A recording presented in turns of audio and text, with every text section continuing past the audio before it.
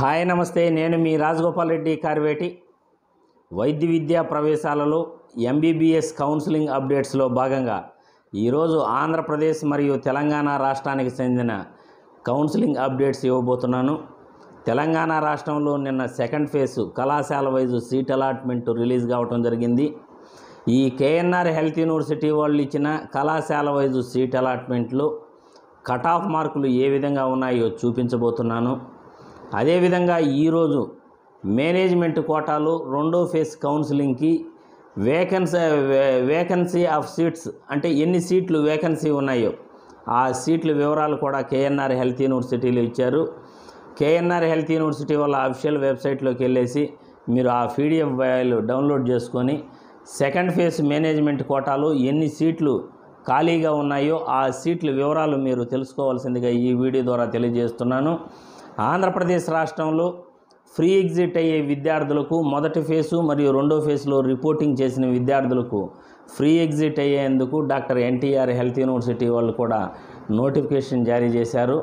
ఈ నెల 14వ తేదీ అక్టోబర్ 2024 మధ్యాహ్నం 3 గంటల లోపల మొదటి 2 రౌండ్లలో రిపోర్టింగ్ చేసిన విద్యార్థులు వాళ్ళు ఇతరత్ర కారణాల వల్ల వేరే కోర్సుల్లో జాయిన్ అవ్వాలన్నా కానీ లేకపోతే మేనేజ్మెంట్ కోటాలో జాయిన్ అవ్వాలన్నా కానీ ఇప్పుడు వాళ్ళకి సీట్లు వచ్చిన కళాశాలలో ఆ కళాశాల నచ్చకపోయినా అక్కడ కోర్సు చేసేందుకు ఇష్టపడకపోయినా మేనేజ్మెంట్ కోటాలో వెళ్ళాలనుకున్నా లేకపోతే ఇతరత్ర మెడికల్ కళాశాలల్లో జాయిన్ అవ్వాలనుకున్నా వీళ్ళందరికీ కూడా ఫ్రీ ఎగ్జిట్ అయ్యేందుకు 14వ తేదీ వరకు అవకాశం ఇచ్చారు. 14వ తేదీ 3 గంటల లోపల వీళ్ళు డైరెక్ట్గా డాక్టర్ ఎన్టీఆర్ హెల్త్ యూనివర్సిటీ ఇచ్చిన ఫ్రీ ఫార్మాట్లో మనం డీటెయిల్స్ అన్నీ ఫిలప్ చేసుకొని ప్రిన్సిపాల్ గారి దగ్గరికి వెళ్ళేసి మీరు సబ్మిట్ చేస్తే మీకు ఫ్రీ ఎగ్జిట్ ఆప్షన్ ఎటువంటి ఫీజు డిడక్షన్ లేకుండా మీకు ఎటువంటి ఫీజు మినహాయింపులన్నీ లేకుండా మీ ఫీజు మీరు కట్టిన ఫీజు మీకు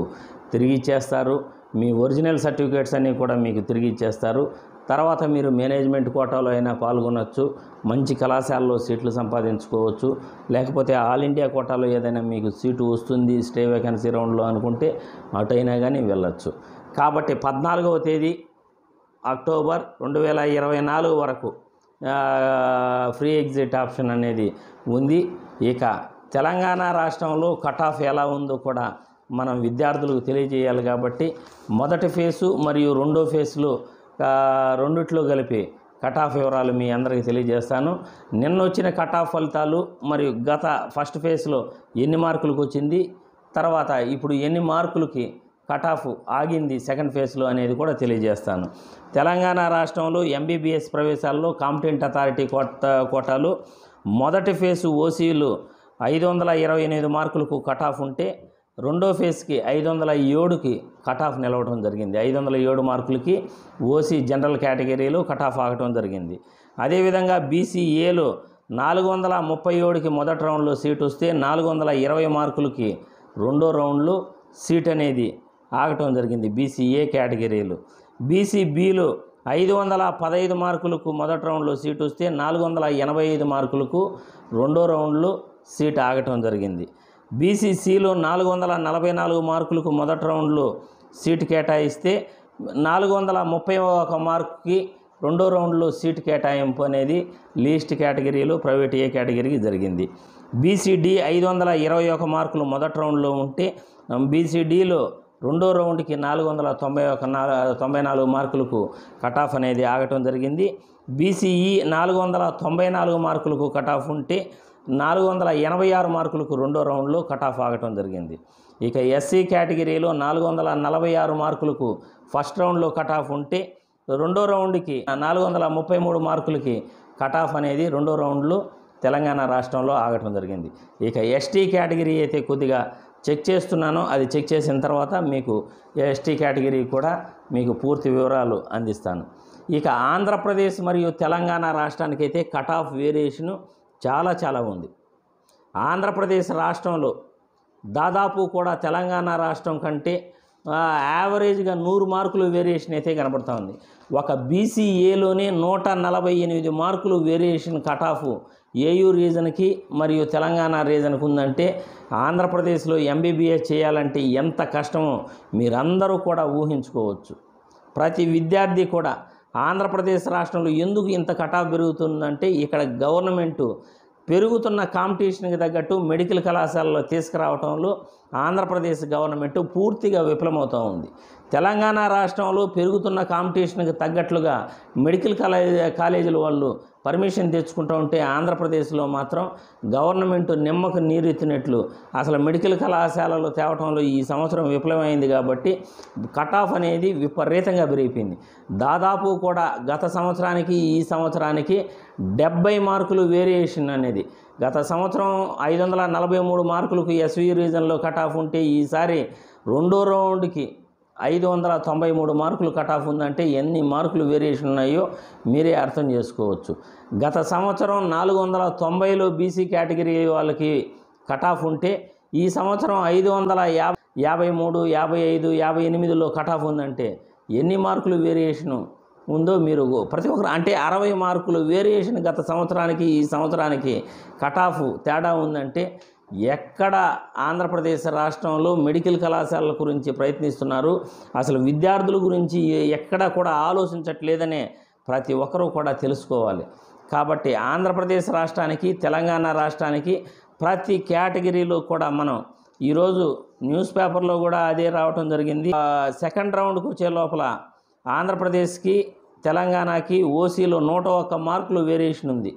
బీసీఏలో వచ్చేసి 148 మార్కులు వేరియేషను అక్కడికి ఇక్కడికి అన్నమాట. అంటే బీసీఏ 568 మార్కులు ఏయూ రీజన్లో సీటు వస్తే అక్కడ తెలంగాణ రాష్ట్రంలో 420కి వచ్చింది.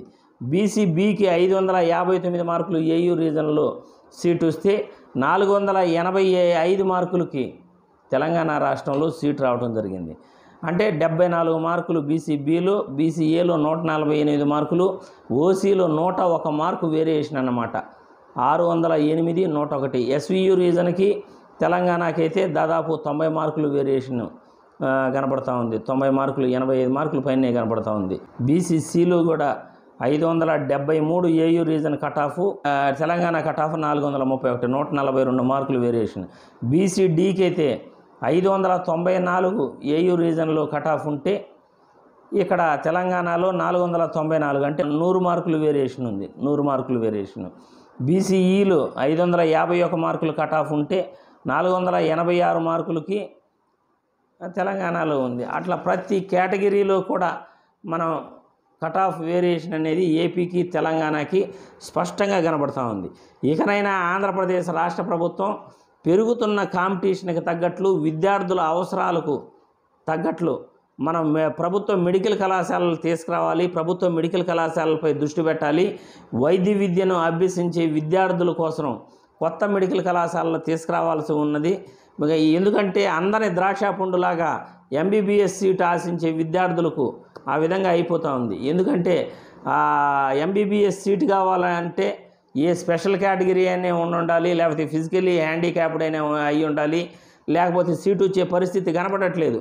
ఏ 600 మార్కుల వరకు సీటు వచ్చే పరిస్థితి అసలు ఆంధ్రప్రదేశ్ రాష్ట్రంలో నెక్స్ట్ ఇయర్ అసలు కనపడదన్నమాట. 600 మార్కులు వస్తే కానీ బీసీ వాళ్ళకు కూడా సీట్ రానటువంటి పరిస్థితి ఇక్కడ ఆంధ్రప్రదేశ్లో ఉంటుంది. ఓసీలో అయితే 650 మార్కులు రావాలి.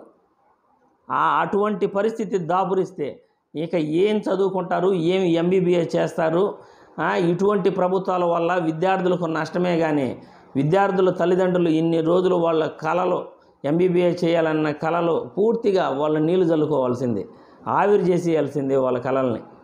ప్రభుత్వమే బూడిదలో వేసిన పన్నీర్లాగా విద్యార్థుల కష్టాన్ని నాశనం చేస్తూ ఉంది. కాబట్టి ప్రతి ఒక్కరికి తెలియాలనే ఈ విషయాలన్నీ కూడా తెలియజేస్తున్నాను. పెరుగుతున్న డిమాండ్కు అనుగుణంగా మనకి అవసరాలు కూడా వస్తువు యొక్క ఉత్పత్తి కూడా ఆ విధంగా ఉండాలి.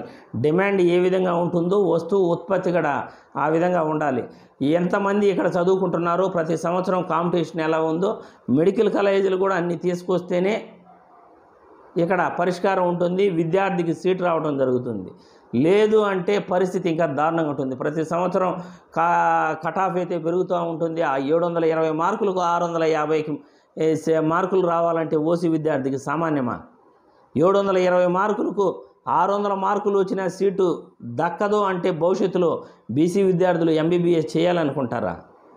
ఎస్సీ విద్యార్థులకు 550 మార్కులకు గడ సీటు రాదు అని తెలిస్తే వాళ్ళు ఎంబీబీఎస్కి రావాలని అనుకుంటారా? డాక్టర్ కావాలని అనుకుంటారా? ఏ ఒక్కరు కూడా అనుకోరు. 440 మార్కులకు 450 మార్కులకు గత సంవత్సరం సీటు వస్తే ఈ సంవత్సరం 500 మార్కులు పైన వచ్చినా కానీ సీటు రానటువంటి పరిస్థితి. ఆలోచించండి. ప్రభుత్వాలు ఆలోచించాలి, విద్యార్థుల పట్ల దృష్టి సారించాలని ఈ వీడియో ద్వారా కోరుతున్నాను. జై హింద్.